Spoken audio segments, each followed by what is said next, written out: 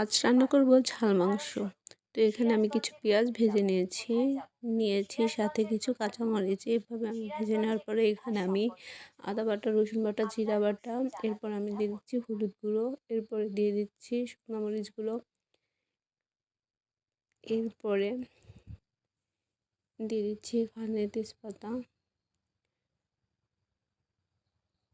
এরপরে এগুলোকে আমি ভালো করে কষিয়ে নিয়ে তার মধ্যে আমি ছেড়ে দিচ্ছি মাংসগুলো।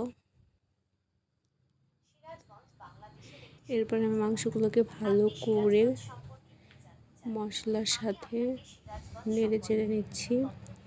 এরপরে মাংসগুলোকে আমি ভালো করে কষিয়ে নিচ্ছি। এখানে অল্প করে পানি দিয়ে দিয়েছি মাংসটা সিদ্ধ হওয়ার জন্য। এভাবে কিছুক্ষণ আমি মাংসটাকে সিদ্ধ করে নেব। এরপরে আমি দিয়ে দিব ঝোলের পানি। এরপরে এগুলোকে আমি 20 মিনিটের মতো জাল করে নেব। তো দেখুন সম্পূর্ণ